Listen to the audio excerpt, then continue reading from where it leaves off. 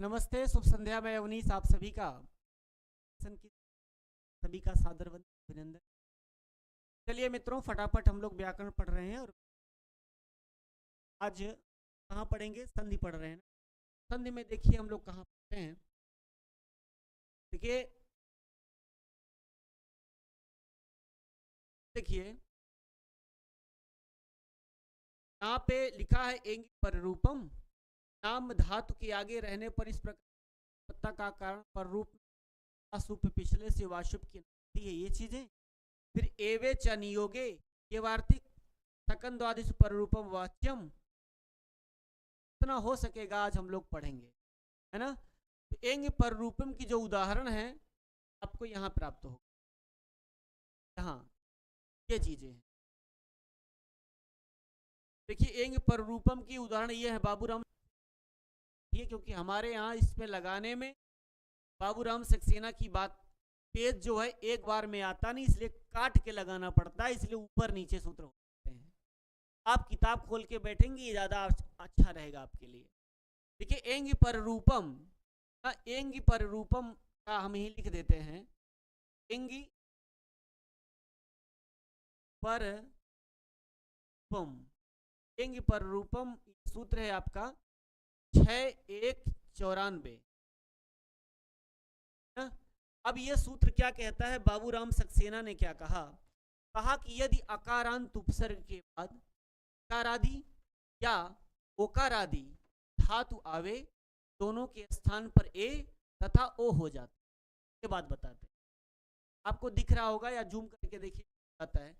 अब एकारादि ओकारादि, एकारादि का मतलब क्या होता है? ए आदि में हो, आदि मन ए पहले हो या ओ पहले हो, ओ आदि में हो, यही बात है। इसीलिए इसको एकारादि और ओकारादि कहते हैं। अकारांत उपसर्ग के बाद कोई ऐसा उपसर्ग हो जिसमें अ लगा हो, अकारांत, और इसके बाद एकारादि माने ए और ओ ऐसा कोई धातु हो जो जिसमें ए और ओ पहले आ जाएं, दोनों के स्थान पर ए और ओ हो जाता है। जैसे प्रधन एजते प्रेजते, उपधन ओषति उपोषति। अब टीजीटी की परीक्षा से संबंधित या किसी परीक्षा में लोग इतना पकड़ लेते हैं, भैया एंग पर रूपम का उदाहरण है प्रधन एजते प्रेजते, उपधन ओषति उपोषति, काम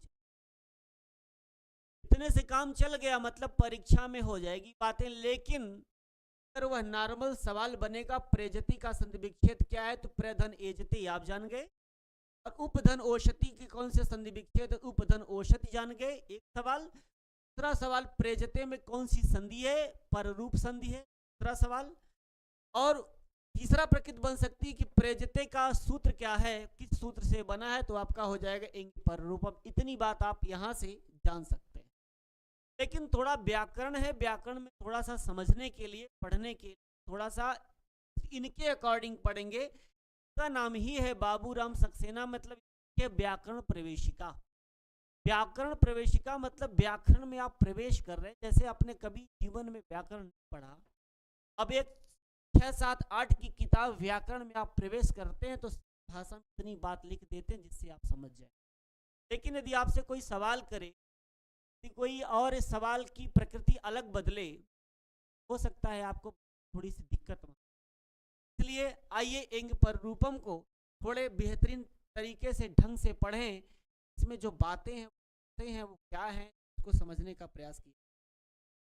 तो आपको मैं ये बता दूं कि लिखा है एंग पर रूपम, एंग पर रूपम लिखा है 6194 सूत्र है कि वृत्ति है आदुपसर्गा दिंगा दौधातौ परे पर रूप एकादेश स्यात्। आदुपसर्गा दिंगा दौधातौ परे पर रूपम एकादेश स्यात्। वृत्ति रटा करिए कि आदुपसर्गा दिंगा दौधातौ परे पर रूपम एकादेश स्यात्। अब ये वृत्ति है, इस सूत्र की वृत्ति है। एंगी में है सप्तमी विभक्ति और पर रूप में है प्रथमा, दो पद मिलके बना है एंगी पर रूपम। आपको वहां से अलग मिलेगा, तो आप अलग हटके पढ़ोगे थोड़ा सा आपको अलग। दो पद हैं, दो सूत्र है। एंग है, एंग प्रत्याहार है, एंग प्रत्यय, एंग शब्द को सप्तमी विभक्ति में ले जाएंगे तो सब एंगी बने। और ये पररूपम है, पररूपम ही रहेगा, मतलब फलम की तरफ, फलम फलम दो बार रूप चलेगा, तो पररूपम पररूपम प्रथमा और द्वितीया में आपका प्रथमा विभक्ति पररूपम है। ठीक है, अब ये वृत्ति हो गई। अब इस वृत्ति में लिखा है आदुपसर्गा, आद उपसर्गा, आद धन उपसर्गा। ये आद कहाँ, आत है, आत को त को द हो गया है झलाम जसोयंत्री से, लिखा है आद, आद प्लस उपसर्गा, यहाँ ऊ लिखा है तो ऊपर में जुड़ जाएगा, उपसर्गा हो जाएगा। अभी आत आया कहां से, आद गुण से अनुवृत्ति आई है आत की। अत, आत से कहां की अनुवृत्ति आई है, आत आद गुण। आप पढ़े थे ना पीछे, आ या आ के बाद या ई आए तो ई हो जाए, आ या आ के बाद उ या उ आए तो ओ हो जाए, आ या आ के बाद री आए तो अर हो जाए, ऐसे आपने पढ़ा था। ये आत जो है कहाँ का है, ये आद गुण की अनुवृत्ति है आत।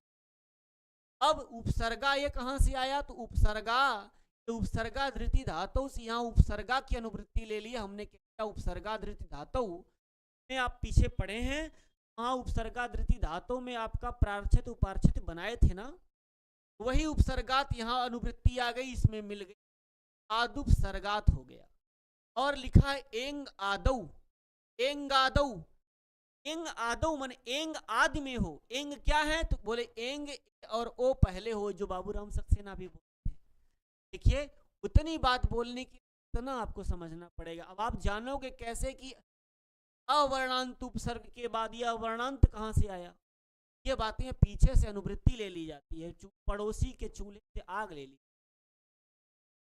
तो ये चीजें हैं, जैसे आपके घर में नमक नहीं, आप पड़ोसी से जाके ले लेते हो, कोई चीज घटता है तो पड़ोसी से जाकर के आप ले लेते हैं। इसी प्रकार से व्याकरण में एक नियम है, जब आप व्याकरण पढ़ते हो और किसी सूत्र का व्याख्यान चलता है तो पुनरा जो पीछे आप पढ़ आए हो वहां से अनुवृत्ति आप ले लेते हो, यही अनुवृत्ति कहलाती है।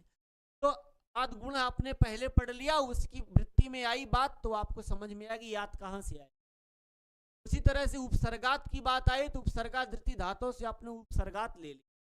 और एंग आदौ, एंग है, एंग प्रत्याहार आदि का आदौ बन गया। आदौ क्यों लिखा गया, आदि आदौ, तो दो वचन में प्रयोग किया गया। एंग आदौ मन ए और ओ है, इसलिए यहां पर एंग आदौ कह दी। धातु परे पररूप एक स्यात्, ऐसे धातु पर में हो तो पररूप आदेश हो जाए। अब परिभाषा आप देख लीजिए, अब परिभाषा देख लेंगे तो ज्यादा आपको मजा आएगा। परिभाषा आप समझ गए हो कि कहां से बने, तो चलिए परिभाषा लिख लें।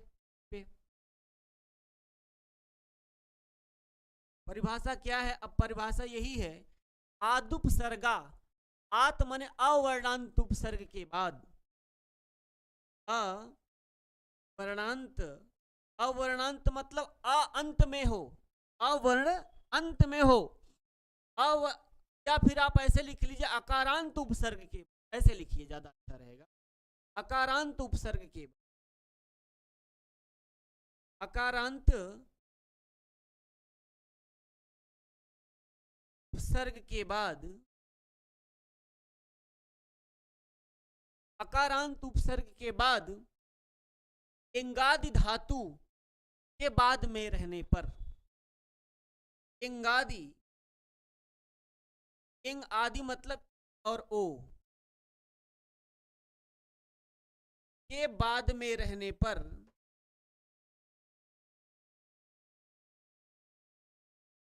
के बाद में रहने पर पररूप आदेश हो जाए। पूर्व वर्ण तथा पर वर्ण के स्थान पर पररूप आदेश हो जाए। आदि रहने पर वर्ण तथा परवर्ण स्थान पर पररूप एक आदेश हो जाए, पररूप वर्ण आदेश हो जाए।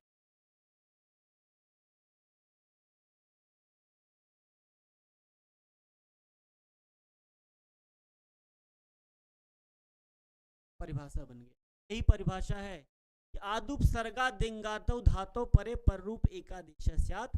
आद मतलब अकारांत, उपसर्गात अकारांत उपसर्ग के बाद आदौ धातु इंगादि माने ए ओ के बाद में आदि माने पहले, ऐसा आगादो माने आदि में पहले में, इसके बाद इंगादो के बाद होने पर पूर्व और पर वर्ण के स्थान पर पररूप वर्ण आदेश हो जाता है। ये बात कह दिया एंग पररूपम ने। अब उदाहरण आप देखिए, उदाहरण देखेंगे तो आपको समझ में आ जाएगा। जैसे आपने इसका उदाहरण लिया, यहां पर देखिए उदाहरण क्या, प्रधन एजते, प्रधन एजते उदाहरण है। अब इस उदाहरण को आप समझने का प्रयास करें, क्या यहां कंडीशन लागू हो रही है? प है, प में र है, र में अ है, बना है प्र। तो प्र में प्र बोल के देखिए, प्र प्र प्र प्र, अ निकल रहा है कि नहीं निकल रहा है? आ रहा है ना। मतलब 2200 उपसर्ग में पहला उपसर्ग है प्र, इसमें अ है। ये कहते क्या है? अकारांत उपसर्ग के बाद ये प्र क्या है? उपसर्ग है। इस प्र में अ है कि नहीं है? है ना। यही है, हो गया अकारांत उपसर्ग। अकारांत उपसर्ग हो गया, प्र हुआ, उप हुआ ना। ये सब में क्या है? उप में प में अ है, वही है अकारांत उपसर्ग। इंगादव धातु के बाद में परे रहने पर, इंगादव धातु में ए और ओ, ए और ओ के बाद में रहने पर देखिए ए बाद में आया है कि नहीं आया है? तो पूर्व वर्ण तथा पर वर्ण के स्थान पर, पूर्व वर्ण माने ये प्र का अ और ए का ए, अब तोड़ लीजिए। प से र से आप अ निकाल लेंगे, आगे कर जते। अब ये दो वर्ण मिल गए अ और ए। अब ये पूर्व वर्ण कहलाया, ये पर वर्ण कहलाया। प्लस के इधर का पूर्व वर्ण है, प्लस के इधर का पर वर्ण है। कहा कि पूर्व और पर वर्ण के स्थान पर पररूप वर्ण आदेश हो जाए। पररूप, पर माने बाद वाला, इसके जैसा रूप हो जाए। किसके जैसा? पररूप का मतलब ही होता है पर माने बाद में, बाद वाले के जैसा रूप हो जाना ही पररूप कहलाता है। ठीक हो गया। तो आ के बाद ए है। अब दोनों देखिए, एक बात ध्यान रखना, दोनों वर्णों के स्थान पर ही पररूप हो रहा है। आ और ए के मिलाकर ही एक वर्ण आदेश हो रहा है। पररूप का एंग पररूपम करता ही क्या है? एंग माने ए और ओ, ए और ओ। लेकिन ये आपका ये अकारांत कहां से आया? तो ये वृत्ति से पहले से आ गया। बाद में आप यहां देखेंगे तब आपको समझ में आएगा कि अकारांत उपसर्ग बाबूराम सक्सेना बोल। यही बात है। तो प्र में अ और ए, पूर्व वर्ण और पर वर्ण के स्थान पर एक पररूप वर्ण आदेश हो जाए। तो पररूप वर्ण कहाँ है? पर कहाँ है? ये वाला, ये पर है, प्लस के इधर पर है, ये इसके जैसा रूप हो जाए। ये बेचारा आ जाकर के ए में बदल गया। इतना समझना बात, यहां बस ये आप समझ लेना कि आ ए बन गया, आ अपना रूप ए बन गया, ए के जैसा कर लिया, तभी तो पररूप कहलाया। आप अपना कपड़ा पहने हो, एक नॉर्मल इंसान हो, आदमी अपने हिसाब से कपड़ा पहनता है, मतलब किसी को देख करके उस पर हु बहु हुलिया बना ले तो उसके जैसा रूप नहीं बना। यही है, ये आ जाकर के एक की तरह रूप बना लिया तो पररूप कहलाए। अब ये बन गया तो प्रे। अब देखिए प गायब हो गया ना, यही आपका बन गया प, तो आ गया इसके ऊपर चढ़ गया, बन गया प्रे, और जते यहां से उतार लेंगे, बन गया प्रेजते। प्रेजते में आपका यही संधि हो गई, एंग पररूपम से पररूप संधि हो गई। यहां और कुछ परिवर्तन नहीं हुआ, बस कंडीशन लागू हो गई थी। अकारांत उपसर्ग के बाद, अकारांत उपसर्ग के बाद ए और ओ आए। बाबूराम सक्सेना सिर्फ इतना लिखे थे, अकारांत उपसर्ग के बाद ए और ओ आए तो ए और पररूप ए और ओ आदेश हो जाए। यही बन गया। उन्होंने बताया प्रधन एजते, प्रेजते, उपधन ओषति, उपषति, इतना बता दिया था। लेकिन आप अकारांत उपसर्ग यहां से आप पकड़ेंगे तो ये वाला अकारांत उपसर्ग, तो प्रेजते बन गया पहला उदाहरण। दूसरा उदाहरण आप यहां देख लीजिए, बहुत सारे और उदाहरण हैं, लेकिन एक उदाहरण यहां, उपधन ओषति, उपधन ओषति, उपधन ओषति बन गया। उप में प में आ है कि नहीं है? तोड़ के आपको दिखा दें, तो है प है, प से आप अ निकाल लेंगे, आगे क्या है? ओषति। आगे ओषति है, अब आ और उ मिल गया, यहाँ कंडीशन सारी कंप्लीट हो रही है, अकारांत उपसर्ग भी मिल गया। तो उपसर्ग है, उप क्या है, प्र परापसम अनुभव निस्निर दुर्विंगनी सु उत अभिप्रति परि उप, उप उपसर्ग है, उपसर्ग में अ लगा हुआ है तो ये अकारांत उपसर्ग हो गया।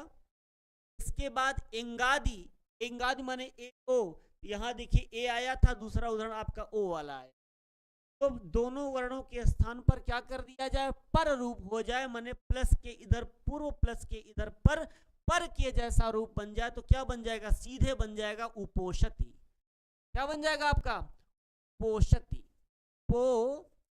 पोषति बन जाए। ये उपोषति में कौन सी संधि है आपकी, पररूप संधि है, संधि विच्छेद क्या होगा, उपधन ओषति, उपोषति प्रधन एजते प्रेजते बन गया। मतलब आप सीधे सीधे समझ लें, ये उप है, सीधे सीधे ये आप आ गायब हो गया, आ जाकर के ओ में मिल गया, आ अपना रूप बदल दिया, मतलब आदेश दोनों वर्णों के ही स्थान पर हुआ है, ध्यान रखना। तो ये चीजें बन गई आपका, उपोषति सीधे बन गया। और जैसे कुछ उदाहरण और आपको बता दें, तो उपोषति बन गया। एक उदाहरण और ले लीजिए, अवधन एहि ना, चलिए एक उदाहरण इसको आप देख लीजिए, अवधन एहि। तीसरा उदाहरण क्या है, अवधन एहि, अवधन एहि, अव है, अव एक उपसर्ग है, अकारांत उपसर्ग है, व में अ है, आगे ए है ना, कंडीशन ए भी लागू हो गया, ए भी आ गया, क्या बन जाएगा, व में अ है, आगे ए है, सीधे अवे ही बन जाएगा, आग पता नहीं चलेगा, ये जाकर के आपका ए ही बन जाए, ए ही में भी कौन सी संधि है, अवे ही में कौन संधि है, पररूप संधि है। इसी तरह से आप प्रधन ओषति करके प्रोषति बना लेंगे, प्रधन ओषति कर लेंगे, प्रोषति बना लेंगे, प्रोषति, प्रधन ओषति ऐसा कर लेंगे, आप प्रोषति भी बना लेंगे, क्या बना लेंगे, प्रोषति, प्रोषति। इतने ऐसे कुछ खास उदाहरण और आपको मिलेंगे बाद में, तो कंडीशन सारी पूरी होगी तो आपका इंग पर रूपम हो जाए। फिर से एक बार समझ लीजिए, मैं आपको बताता हूं फिर आगे बढ़। लिखा एंगी पर रूपम, एंगी पर रूपम आदुपसर्गा देंगादौ धातौ परे पर रूप एकादेश स्यात्। आदुपसर्गा, आत माने आ, उपसर्गा माने उपसर्ग, माने आकारांत उपसर्ग के बाद एंग आदौ और ओ आदि में हो तो पररूप एक आदेश हो जाए, ही बात है। अकारांत उपसर्ग के बाद एंगादि और ओ के बाद में रहने पर वर्ण तथा परवर्ण के स्थान पर पररूप वर्ण आदेश हो जाए। जैसे प्रधन एजते, प्र एक उपसर्ग है और प्र में आ है, अकारांत उपसर्ग है, इसके बाद एजते का ए है, तोड़ दिया आ और ए, दोनों वर्णों के स्थान पर एक वर्ण आदेश होगा। वो वर्ण कौन सा आदेश होगा, वो प्लस के इधर वाला वर्ण होगा, तभी तो पर होगा। पर माने बाद में, पर माने बाद में, बाद जैसा रूप, पर जैसा रूप पर रूप कहलाता है ना। पर लिखा है इसमें पर रूपम, ये पर रूप करता है।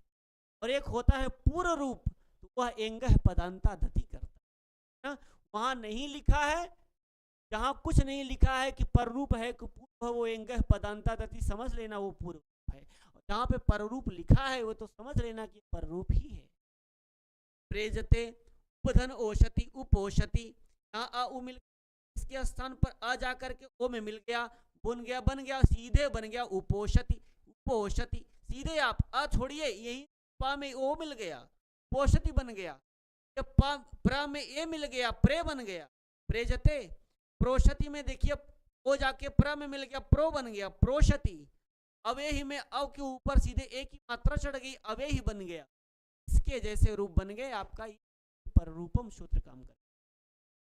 ठीक हो गया। चलिए अब आगे देखें, एक चीज और आपको देखने को प्राप्त होगी। लिखा है कि नाम धातु के आगे रहने पर इस प्रकार की विकल्पता का कारण पर रूपम में वासुप पिछले सी वासुप की अनुवृत्ति है ना। अब इन्होंने कहा, इसके बारे में थोड़ा देख लें ये क्या कहना चाहते हैं। इसका जो है दूसरा यहां देखिए लिखा है किंतु यदि वह धातु नाम धातु हो तो विकल्प से वृद्धि होती है, जैसे उपधन एड कियति, पेड कियति या उपेड कियति बनता है। प्रधन ओधियति तो प्रोधियति बनेगा या प्रौधियति बनेगा, दोनों चीज बनेंगी। अब आपको ध्यान देना है, यहां पर देखना है किंतु नाम धातु हो तो विकल्प से वृद्धि होती है। अब इसको आप देखें,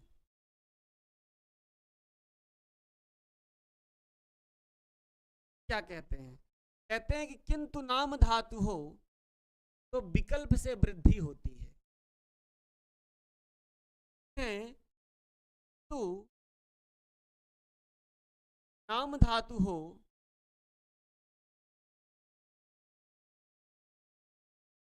तो विकल्प से वृद्धि होती है।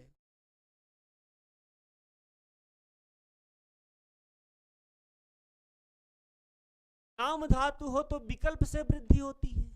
अब नाम धातु हो तो क्या चीज हो जाए भाई, नाम धातु हो तो मतलब वा सुप पिछले की से अनुवृत्ति आ गई है। इसकी अनुवृत्ति आ गई है यहाँ पे वा सुप पिछले की। याद करिए पीछे वा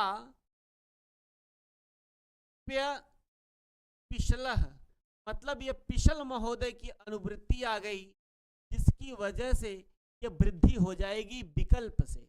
और जब विकल्प से कोई कार्य होता है, मैं आपको बताया हूं, तो दो दो रूप बनते हैं। अब आप जानते हैं कितने रूप बनते हैं, दो दो रूप। अब आप देखिए इसका उदाहरण, जैसे इन्होंने दिया उपधन एड कियति, इसका उदाहरण इन्होंने बताया उपधन एड कियति।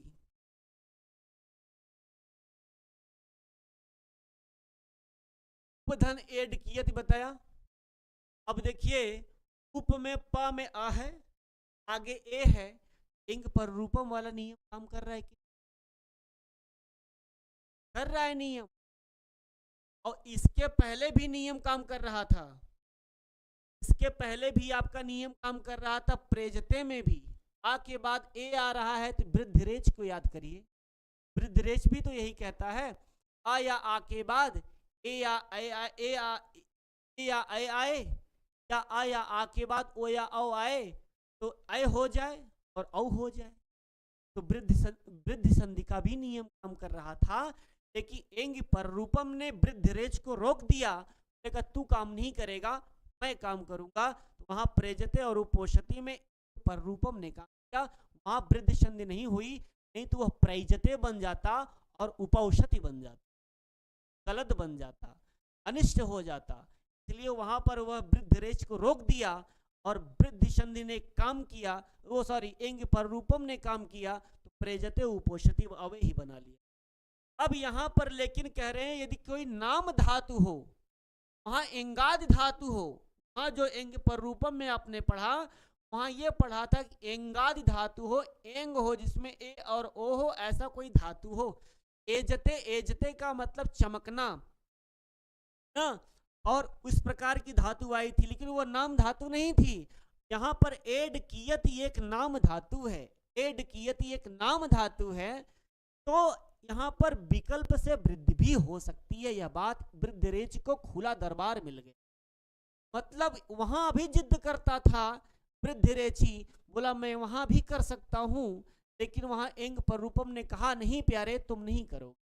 और यहाँ पर इसको एक वासुप पिछले महोदय ने इसको खुली छूट दे दी कि तुम एक तरफ काम कर सकते हो, मतलब एक रूप वृद्धि का बना सकते हो और एक रूप हम बना लेंगे पर रूपम का।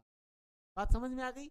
अब देखिए आपका जब उपेट कियत बन गया, तो आप क्या कर लिया, उप से निकाल लिया अ, आगे कर लिया आपने एड कियति,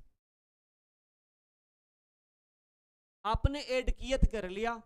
और एड कियत जब कर लिया तो आ और ए मिल गया आपका, इन्हीं दोनों वर्णों के स्थान पर क्या बना, यहाँ एंग पर रूपम सूत्र लगा तो बन गया उपेड कियति। क्या बना, पेड, सीधे सीधे देखिए पाप ए चढ़ गया, आ जाकर के इसमें मिल गया, ए के जैसा बन गया, पर रूप हो गया, सीधे बन गया उपेड यति, पेड कियति बना, उपेड कियति बना, यह बना आपका एंग पर रूपम से।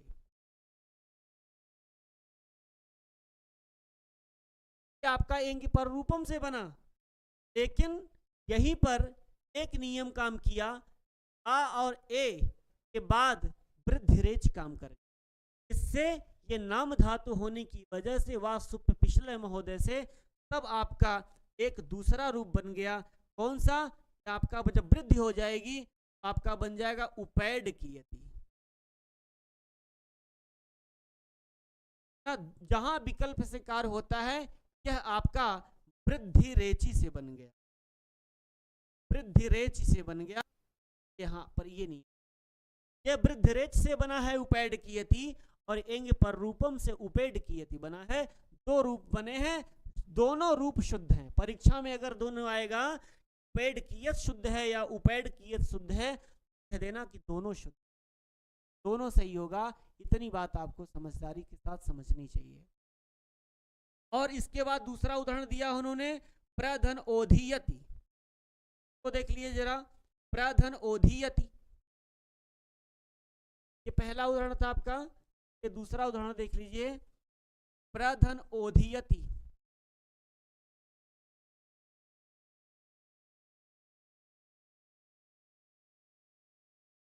प्रधन ओधियति, प्रधन ओधियति क्या बनेगा? अब अकारांत उपसर्ग के बाद ओ आया है, लेकिन ये ओधियत क्या है? ये नाम धातु है ना, ये नाम धातु है ओधियति।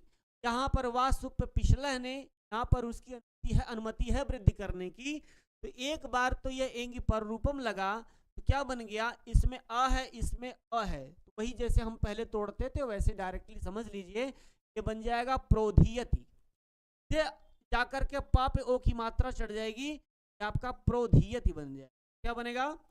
प्रोधियति। ये प्रोधियति बन जाएगा किससे? एंगी पर रूपम से, पर रूपम से बन जाए एक रूप, एक रूप बन जाएगा प्रोधियति, प्रोधियति, प्रोधियति बनेगा प्यारे। ये आपका कैसे बनेगा? वृद्धिरेच बनेगा, किंतु नाम धातु हो तो विकल्प से वृद्धि होती है, तब यह वृद्धिरेच या आपका वृद्धिरेच से काम कर जाएगा। वासुप पिछले महोदय की अनुमति के कारण यहाँ पर वासुप पिछले से क्या हो जाएगा? फिर आपका यह प्रोधियति में फिर वृद्धि बन के दो रूप बन जाएगा, एक आपका प्रोधियत सही हो जाएगा, एक आपका प्रोधियत सही हो जाएगा। दोनों हो, यहाँ वृद्धि कार्य हो जाएगी, यहाँ एंग पर रूपम कार्य हो जाएगा। ये वासुप पिछल से पिछल महोदय की वजह से यहाँ पर वृद्धिरेच का कार्य कर गया। ठीक हो गया? तो दो दो रूप आपके बन जाएंगे। आपने इसको देख लिया अच्छे तरीके से, है ना। चलिए आगे बढ़ते हैं। अब अगला हम देखें, तीसरा चीज पढ़ते हैं। इतनी बात क्लियर हो गई, यहाँ कोई कंफ्यूजन आपको नहीं होनी चाहिए, आराम से। चलिए एक और देखिए, इसके बाद आगे क्या लिखा है। कहा एवे चा नियोगे वार्तिक, ये क्या कहता है भैया? तीसरा नंबर कहीं है, तीसरा नंबर यहाँ दिख नहीं रहा, चलो कहीं इसको देख लेते हैं। तीसरे नंबर पे कहाँ? देखिए यहाँ लिखा है तीसरे नंबर, लिखा है कि एव के साथ भी, फिर से पढ़िए, एव के साथ भी जब अनिश्चय का बोध हो तब पूर्वगामी अकारांत शब्द का अ और का ए मिलकर ए ही रह जाएंगे, है ना। जैसे क्व एव भोक्ष्यसे, एव भोक्ष्यसे कहीं भी खा लोगे। जब अनिश्चय नहीं रहेगा तब ए ही होगा, यथा जैसे तवैव, जैसे तथा धन एव में तवैव में वृद्ध संधि होती थी, वैसे यहां पर भी कार्य वृद्धि से हो। कौन सा वार्तिक आया? एवे, एवे च नियोगे, एक वार्तिक है, इसका क्या नाम है? एवे चा नियोगे। एवे चा नियोगे क्या कहता है? कहता है एव के साथ भी, एव शब्द आ जाए, इसके साथ भी जब अनिश्चय का बोध हो, मतलब कोई निश्चित ना हो कि हम कहाँ खाएंगे, कहाँ ठहरेंगे, कहाँ रहेंगे, कोई अनिश्चितता ना हो। जैसे आप कहीं कोई आदमी घूमने गया, प्लान कोई नहीं है कहाँ खाएगा, भूख लगी, जहाँ गाड़ी रोक दिया वहीं खा लिया, जहाँ मन किया वहीं सो गया, तो कोई निश्चित नहीं है ना बात। तो जब वही बात कह रहा है कि भैया जब अनिश्चय का बोध होगा तब पूर्वगामी अकारांत और आ का एव ए ही रह जाएगा। मतलब यहाँ पर भी पररूप संधि कार्य करती, पररूप ही हो जाएगा। लेकिन जब निश्चय हो जाएगा कि हम वहीं फलाने के यहाँ खाएंगे, आज रात को खाना मत बनाओ मेरा, आज फलनवा के यहाँ निमंत्रण है उसके यहाँ खाऊंगा, वो फिक्स है, तब फिर यह आपका ये एक पररूपम नहीं कार्य करेगा, तब फिर आपका वृद्धि कार्य करेगा। समझ गए?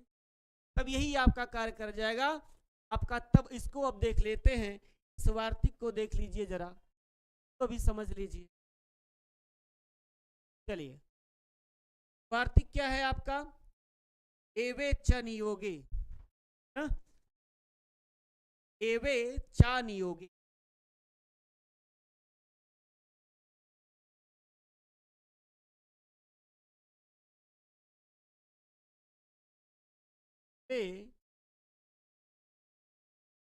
चा नियोगे,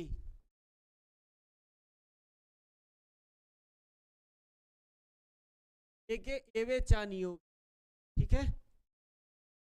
एवे चा नियोगे, एव के साथ जब अनिश्चय का बोध हो, आप लिख लीजिए, एव के साथ जब अनिश्चय का बोध होता है तब भी पररूप संधि होती है। एव के साथ जब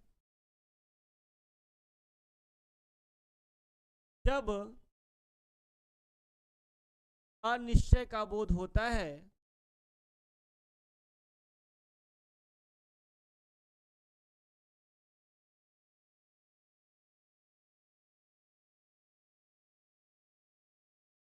तब भी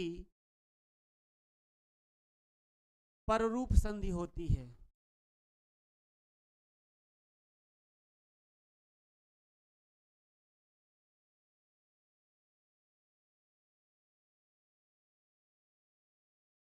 परंतु अनिश्चय होने पर,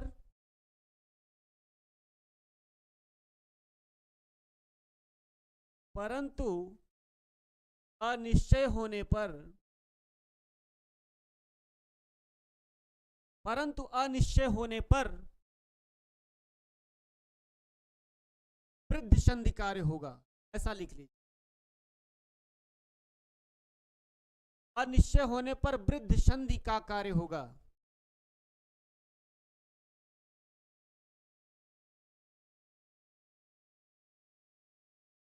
यही बात है, एवे च नियोगे, यही बात कह रहा। एव के साथ जब अनिश्चय का बोध होता है तब भी पररूप संधि होती है, परंतु जब अनिश्चय हो, मतलब कोई फिक्स ना हो कि हम कहाँ खाएंगे, कहाँ ठहरेंगे, तब वहां पर वृद्धि संधि का कार्य। जैसे उदाहरण इन्होंने दिया, क्वा एव भोग छह से, उदाहरण देखिए, उदाहरण बताया, क्वा एव भोग छह से, क्वा एव भोग छह से, तब कहीं खा लोगे। इसका अर्थ क्या है? कहीं खा लोगे या कहीं खा लेंगे, वह एव भोग छह से। अब देखिए, कह रहा ना कि एव के साथ एव आया, जब अनिश्चय का बोध होता है तो को माने कहीं भी, फिक्स नहीं है, अनिश्चितता है, इसलिए यहां पर क्या बना? क्वा एव भोक्ष्यसे को बना, कि आपका बना क्वेव भोक्ष्यते। क्वा धन एव, क्वा में अ है, आगे ए है, तोड़ के देखिए भैया, यहाँ यही कर लीजिए, जैसे क्वा प्लस एव, भोक्ष्यसे को छोड़ दीजिए, जैसे कि वृत्ति अभी यहाँ उतार लेंगे। क्वा धन एव, क्वा में व में अ है, अभी बात हो रही थी पीछे अवर्णांत उपसर्ग हो, कोई ऐसा उपसर्ग आए, तब ये वाला नियम काम कर रहा था। लेकिन एवे च नियोगे वार्तिक कात्यायन का कहता है कि अगर एव के साथ में भी अनिश्चय का बोध होने पर कर लिया जाए तब भी पररूप संधि कार्य कर, ठीक है। तो आपका क्व धन एवा आ और ए मिलकर के क्या बन गया? यहाँ पे बन जाता वृद्धि बन जाती, जब निश्चित हो अनिश्चित होता तो वृद्धि बन जाती एक बार, और जब अनिश्चित नहीं है कहीं खा लेंगे तब यह बन जाएगा क्वेव भोक्ष से। इसको यही उतारिए आप, इसको भोक्ष को यही उतार लीजिए से। अब इसको आप देखेंगे ये बन जाएगा क्वेव, क्वेव भोक्ष से। ये क्वेव भोक्ष से बन गया, मतलब एक रूप आपका ये बन गया अनिश्चित होने पर, मतलब यहां पररूप संधि कार्य करे। इससे इस वार्तिक से एवे च नियोगे, ये वार्तिक क्या किया, एवे च नियोग, एव बोल दिया, एव के साथ में स्पेशली एव शब्द के लिए बन के आया और एक पररूप बना दिया क्वेव भोक्ष से। आपसे पूछा जाएगा क्वेव भोक्ष से में कौन सी संधि हुई है, तो आप कह देना कि पररूप संधि हुई है। किससे हुई है, तब ये बताना पड़ेगा कि एंग पररूपम नहीं यहाँ कार्य किया, एंग पररूपम का नियम नहीं लगा, लेकिन पररूप संधि हुई है तो एवे च नियोगे इस वार्तिक से भी ध्यान रखना, क्योंकि स्पेशली ए के लिए कहा। एंग पररूपम का थाट यहाँ नहीं है, एक पररूपम का थाट यहाँ पर उसका विचार ये है कि अवर्णांत उपसर्ग हो, उप हो जैसे, प्र हो जैसे, वहां पर वो एंग पररूपम कार्य करता था, परंतु एवे च नियोगे यहाँ पर इसने ये कार्य किया तो आपका बन गया क्वेव भोक्ष से खा लेंगे। लेकिन यदि फिक्स है हम फलनवा के यहाँ घर जाके खाएंगे, आज वहीं हमको खाना खाना है, तब यहाँ पर हम फिर संधि कर लेंगे, वृद्धि वाली बात आ जाएगी, तब एक रूप ए बन जाएगा और एक दूसरा रूप आपका ये बन जाएगा, क्या बन जाएगा, क्वेव भोक्ष से, क्वेव भोक्ष से।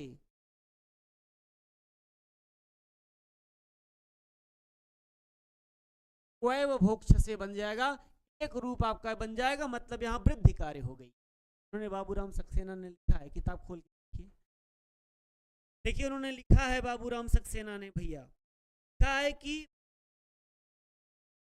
एव के साथ जब अनिश्चय का बोध हो तब पूर्वगामी अकारांत शब्द का अ और ए का ही रह जाएंगे, जैसे क्व एव भोक्ष से क्वेव भोक्ष से कहीं भी खा लेंगे। और लिखे नीचे लिखा है कि जब अनिश्चित रहेगा तब अय ही होगा, तथा तवैव मतलब तवैव माने जैसे तवैव में संधि है, तव धन एव तवैव बना लिया, इसी तरह से क्व धन एव क्वैव बना लिया। समझ में आपको, मतलब सरल भाषा में जितना मैं कोशिश कर रहा हूँ आपको मैं समझा ले जा पाऊँ, आप समझ ले जाओ। आप अगर समझ जाते हो तो मुझे जरूर बताना, नहीं हमारी बातें आपको समझ में आती हैं। क्वेव भोक्ष से एवे च नियोगे से पररूप संधि, यहाँ आप लिख लीजिए पररूप संधि, पररूप कार्य हुआ, और क्वेव भोक्ष से यहाँ पर वृद्धि कार्य हुआ,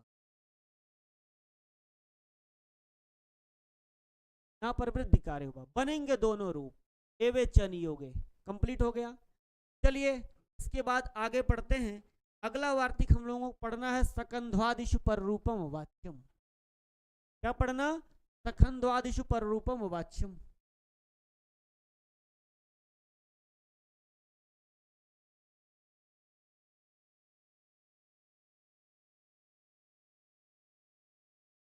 ये पढ़ना है।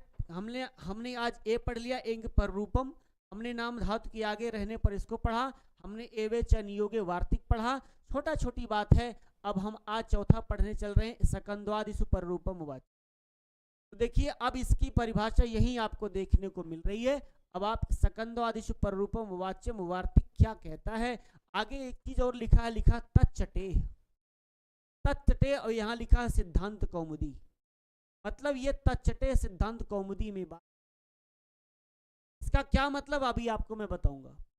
अभी सकंद्वादिषु पररूपम वाच्यम को देखिए, कह रहे हैं कि 4 नंबर पे कह रहे हैं कि शक धन अंधु, कुल धन अटा, मनस धन ईशा इत्यादि उदाहरणों में भी परवर्ती शब्द के आदि पर का ही अस्तित्व है। बात समझ में आई।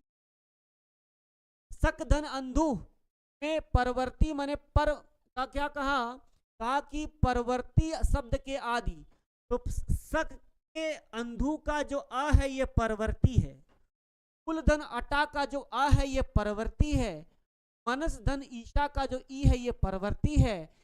इत्यादि उदाहरणों में परवर्ती शब्द के आदि स्वर का ही अस्तित्व रहता है, माने अ का, अटा के अ का, ईशा के ई का ही अस्तित्व है। पूर्ववर्ती शब्द की टी और पूर्ववर्ती शब्द की टी परवर्ती के आदि स्वर के रूप में मिल जाती है। में प्रथम दो उदाहरण अक सवर्णे दीर्घ सूत्र से होने वाली दीर्घ संधि के अपवाद हैं। और जैसे सक धन अंधु, शकंधु, कुल धन अटा कुलटा, यहाँ सक में अ है, अंधु का अ है, यहाँ दीर्घ हो जाता तो सकांधु बन जाता, सकांधु शब्द बन जाता, गलत शब्द बन जाता। दीर्घ संधि कार्य कर रही थी लेकिन उसको रोका गया, ब्रेक लग गया। कुल धन अटा में कुल्ला में अ है, आगे अ है, कुलटा कुलाटा बन जाता दीर्घ संधि से। इसीलिए इन्होंने कहा कि जो दो रूप हैं वो दीर्घ संधि के अपवाद हैं। दीर्घ संधि के नियम लग रहे थे प्यारे, परंतु वह नियम नहीं लगा। वह नियम कौन सा लगा? वह शकंद्वादिषु पररूपम वाच्यम के वार्तिक से वह नियम। अब इतनी बात आप समझ गए हो ना कि कहा, एक बात इसमें जो बताया ना, कहा कि पूर्ववर्ती शब्द की टी, पूर्ववर्ती शब्द की पूर्व प्लस के इधर पूर्व वर्ण कहे जाते हैं, प्लस के इधर पर वर्ण कहे जाते हैं। तो प्लस के इधर जो ये वाला वर्ण है क, ये पूर्ववर्ती वर्ण है। तो पूर्ववर्ती वर्ण के स्वर के रूप में पूर्ववर्ती में शक है कि हम टी संज्ञा करेंगे। यही लिखा है कि टी परवर्ती के आदि स्वर के रूप में मिल जाती है, टी जाके मिल जाती है। अभी मैं आपको बताऊं, तब ये लिखा है तच्चटे, मतलब यहाँ जो पररूप होता है वो टी संज्ञक वर्ण के स्थान पर होता है, ये बात ध्यान देना है। और यह वार्तिक बहुत इंपॉर्टेंट है, सकंद्वादिषु पररूप, इसको समझना चाहिए बहुत अच्छे से। सकंद्वादिषु पररूपम वाच्यम में जो पररूप होता है वो इन्होंने लिखा है तच्चटे है, इस टी के स्थान पर ही पररूप होता है। अब आइए इसको हम थोड़ा सा अपने हिसाब से आपको समझाएं, अच्छा रहेगा। चलें देखा जाए। एक वार्तिक ही पढ़ लें।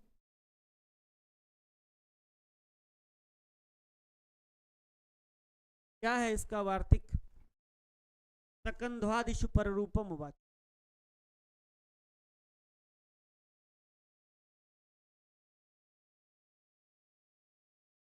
वार्तिक क्या है? सकंध्वादिषु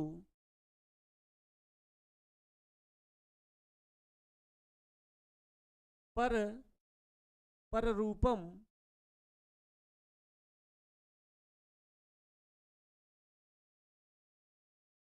सकंध्वादिषु पररूपम वाच्यम। इसको आप समझिए, आगे लिख लीजिए तच्चटे, हम लिख देते हैं क्या? तच्चटे है।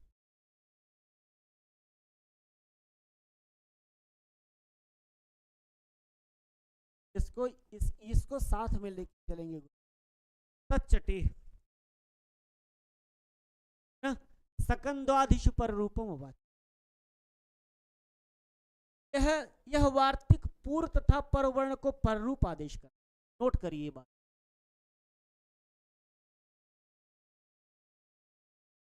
यह वार्तिक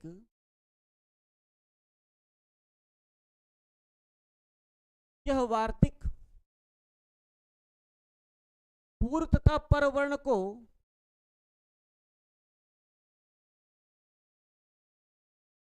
पूर्व तथा परवर्ण को पररूप आदेश करता है।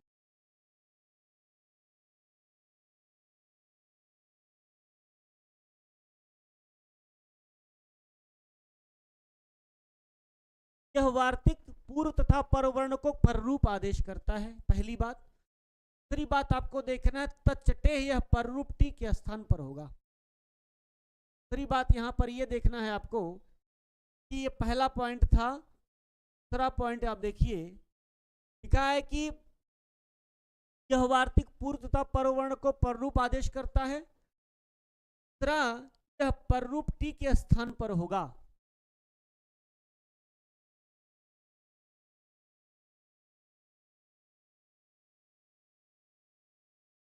यह पर रूप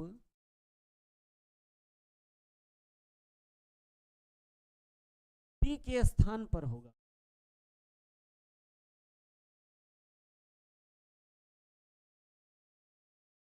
समझ में आए तो घबराना मत, लास्ट में आपको समझा के ही तब आपको लास्ट में समझ में आ जाएगा। लिखा कि यह वार्तिक पूर्व तथा परवर्ण को पररूप आदेश करता है। दूसरी बात कहा कि तच्चटे है, इन्होंने कहा कि यह पररूप टी के स्थान पर ही होता है। ठीक हो गया। अब इसमें आप देखें, अब परिभाषा देखिए क्या कह रहा है। कह रहा है कि सकंद आदि गण में, इसकी परिभाषा आप देखिए,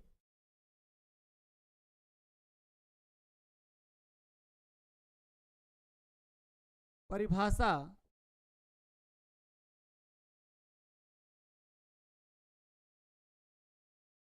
शकंधु आदि गण में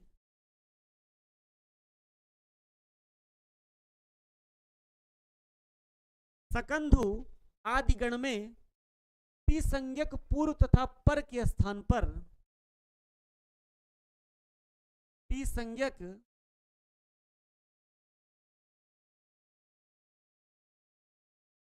तथा पर के स्थान पर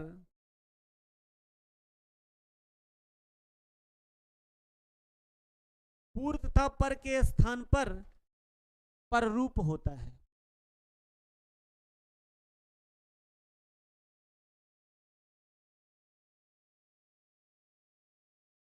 मतलब यह सकंद्वादिशु पररूपम वाच्यम क्या कौन सा संधि करता है प्यारे? ये पररूपम पररूप संधि करता है। पररूप संधि करने के लिए सकंद्वादिशु पररूपम वाच्यम, सकंद्वादिशु पररूपम वाच्यम, ये वार्तिक पूर्व तथा परवर्ण को पररूप आदेश करता है। तच्चटेह का मतलब होता है यह, यही जो हमने बताया था, ये तच्चटेह है। ये तच्चटेह का मतलब होता है यह पररूप टी के स्थान पर ही होगा। और परिभाषा में आपने देखा कि शकंधु आदि गण में, देखिए सकंधु आदि गण का मतलब ये होता है कि सकंधु एक गण है। वैयाकरण लोग जब सारे बहुत सारे शब्दों के ऊपर व्याकरण की साधनिका चलानी होती है तो ऐसे शब्दों में वो एक गण बना लेते हैं जिसको आकृति गणोयम, आकृति गणोयम कहने का मतलब यह कोई सूत्र नहीं है, नहीं कोई वार्तिक है। यह केवल समझाने के लिए बताया जाता है कि सारे शब्दों को एक गण में उठा के कर देते हैं। जैसे सकंधु, करकंधु, कुलटा, मनीषा इत्यादि शब्द आपको मिलते हैं, ऐसे न जाने कितने शब्द यदि मिलेंगे और ऐसा नियम यदि कार्य करता है तो वहां पर पररूप संधि कार्य देखा जाए। इनका मतलब यही होता है। तो ये गण बना लेते हैं। सकंधु एक गण है, सकंधु गण में बहुत सारे शब्द हैं, उसमें से कुछ शब्दों के उदाहरण मिलेंगे। अब आपको उदाहरण देख लेना है तो आपको ज्यादा समझ में आ जाएगा।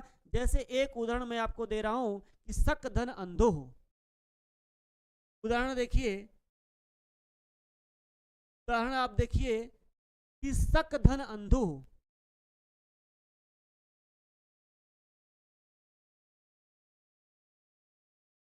सक धन अंधु बना। अब देखिए सक के का में आ है, तोड़ देंगे आप। सक के, सक के आ में आ है और आगे है अंधु का ए, अंधु, ये अंधु है। अब ये आ और आ मिल करके अकह सबंडे दीर्घ से दीर्घ संधि का कार्य हो रहा था, तो यहां पर बन जाता सकांधु। लेकिन यह मतलब यह जो आप उदाहरण देख रहे हैं, यह उदाहरण दीर्घ संधि का अपवाद है, क्योंकि नियम लग रहा था, कार्य कर रहा था, लेकिन उसने रोक दिया, बोले नहीं तुम नहीं काम करोगे, यहाँ पर हम काम करें। तो यह काम कैसे होगा? यह सकंद्वादिश पररूपम वाच्यम, इसलिए क्योंकि यह शकंधु शब्द है, सकंधु गण का है, और यहाँ पर पररूप संधि करी जाएगी। जब परी करी जाएगी नियम कैसे लगेगा? अब आप यहां से देखिए, ये जो, अब आप यहीं से इसको डिलीट कर देते हैं हम, उसके बाद आपको समझाने के लिए बता देंगे। ये जो सक में आप आ देख रहे हैं, यहां पर अचो अंत्यादि टी से इसकी टी संज्ञा होगी। अचो अंत्यादि अचो अंत्यादि टी से टी संज्ञा होगी इसकी। टी संज्ञा किसकी होती है? अचों के अंत में जो होता है, जैसे ये शक है, शक में जो आ है उसकी संज्ञा होगी। जैसे आपका कोई राम है, राम शब्द के म के आगे आ है, उसकी टी संज्ञा होगी, है ना। बालक शब्द है, बालक शब्द के क के आगे अ है, उसकी टी संज्ञा होगी। इसी प्रकार से शक शब्द है, उसके आगे क में जो आ है, इसकी हो गई टी संज्ञा। अब जब ये टी हो गया, ये आ क्या हो गया? टी हो गया। यही लिखा है तच्चटे, तच्चटे यही लिखा है, ये टी संज्ञा हो गया। और हमारा ये वाला आप नियम पढ़िए, तच्चटे का मतलब ये होता है कि यह पररूप टी के स्थान पर होगा। अब यह टी के स्थान पर पररूप होगा, तो आप बना सकते हैं। अब इसी के आगे शक, शक में से निकाल लेंगे अ, आगे कर लेंगे ये अंधु, एक नियम समझा लेंगे, उसी के हिसाब से सारा नियम आप समझ लीजिए। शक धन अंधु। अब ये जो आ है ये टी संज्ञक है और आगे अंधु का आ है, तो क्या कहा इन्होंने? कहा कि सकंधुवादि गण में टी संज्ञक पूर्व, तो इसके प्लस के पूर्व ये जो आ है ये टी संज्ञक है। पूर्व टी तथा पर के स्थान पर पररूप होता है, तो ये वाला वर्ण आ गया। अब आ मिलकर के दीर्घ नहीं बना, अक सवर्ण दीर्घ यहाँ फेल हो गया, क्योंकि सवर्ण नहीं रह गया, या टी संज्ञक बना लिया गया। जब टी संज्ञक बना लिया, तो ये टी वाला जा करके आ के जैसा रूप बन जाएगा, आपका उदाहरण बन जाएगा शकंधु। ये सकंधु बन गया, ये सकंधु बन गया। ये शक में आ जो है ये इसी तरह से जाकर के सेम बन गया। ये बेचारा चला गया पररूप, मतलब इसके जैसा रूप बना लिया, है ना। फिर से आप देखिए, शक धन अंधु, शक के क की अचो अंत्याद टी से टी संज्ञा हो गई, यही टी संज्ञा जाकर के पररूप बन गया। इसीलिए यहां पर लिखा गया तच्चटे, यह पररूप टी संज्ञक के स्थान पर ही होगा। सकंधुवादिगण में टी संज्ञक पूर्व पर के स्थान पर पररूप होता है। बात आप समझ गए, ये शकंधु बन गए। इसी तरह से दूसरा उदाहरण आप देखेंगे, दूसरा उदाहरण भी आपको इसी प्रकार का देखने का मिलेगा।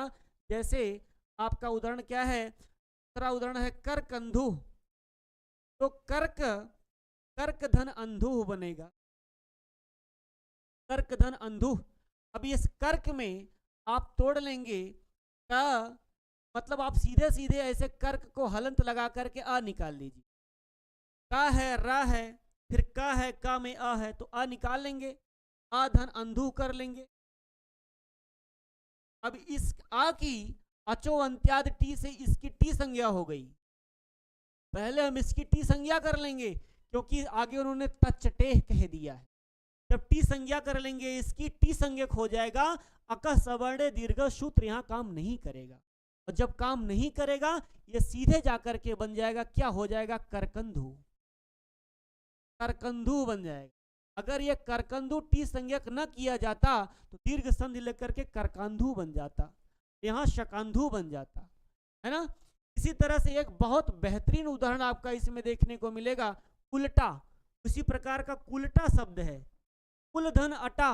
अगला उदाहरण आप देख लें कि कुल धन अटा शब्द लिखा है ना, कुल धन अटा, ला में आ है, आगे आ है, आ मिल करके बन जाता, दीर्घ संधि हो जाती, तो कुलाटा हो जाता, कुलाटा बन जाता। लेकिन ये ला जो है क्या हो गया? इसकी ला में से आप निकाल लेंगे, तो कुल से आप आ निकलेगा, और ये आ जो होगा ये टी संज्ञक होगा, ये टी संज्ञक हो जाएगा। तो आ जाकर के सीम ही मिल जाएगा, बन जाएगा कुलटा, कुलटा बन जाएगा। कुलटा में कौन सी संधि है? पररूप संधि। इसी तरह से सबसे बेहतरीन उदाहरण आपका देखने को मिलेगा मनीषा। तो मनस धन ईशा, कभी कभी लोग यहां बहुत गलतियां करते हैं, मनीषा में दीर्घ संधि मारते हैं, मनीषा में दीर्घ संधि मारते हैं, उसको तोड़ लेते हैं, मनी धन ईशा अपने मन से तोड़ लेंगे। तो मनी से थोड़ी शब्द क्या होता है? मनस शब्द होता है। अब मनस शब्द को तोड़ेंगे, तो म है, मनस में से आप निकालोगे अस, अस की क्या कर लोगे आप? टी संज्ञा कर लोगे, टी संज्ञा कर लिया। और जब टी संज्ञा कर लिया, यही टी संज्ञा के स्थान पर पूर्व और पर वर्ण के स्थान पर पररूप होता है। तो ये सकंद्वादिश पररूपम वाच्यम से ये अश जा करके भाई अ नहीं है, इसके आगे स है तो अस भी हो जाता है। ये जा करके टी में इसमें ईशा में मिल जाएगा तो क्या क्या बन जाएगा, म हो जाएगा, मन धन, ये सीधे सीधे उतर जाएगा, ई प्लस हो जाएगा आपका सा, आप मिला लेंगे क्या बनेगा, मनीषा। और मनीषा में कौन सी संधि होगी, पररूप संधि का विधान होगा सकंध्वादिश पररूपम वाच्यम से। बन गया। तो अब अगली कक्षा लगी हुई है, इसी तरह से कुछ और उदाहरण कल आपको बता देंगे। जैसे मार्तंड शब्द है, मार्त धन अंडह, मार्तंडह बना लेंगे, उसमें भी पररूप संधि का विधान हो गया। तो आपने 3-4 सूत्र आज आपने पढ़ लिए, है ना। आपको कुछ जो दिक्कत होगी वो हमको बताइएगा। वैसे यह कक्षा हम लाइव भी चलाएंगे, आपको एक दिन हो सकता है चाहे कल ही चला दें, आप वहाँ पर एक बार पढ़ लेंगे तो आपको ज़्यादा समझ में आएगा। बहुत बहुत धन्यवाद, नमस्ते।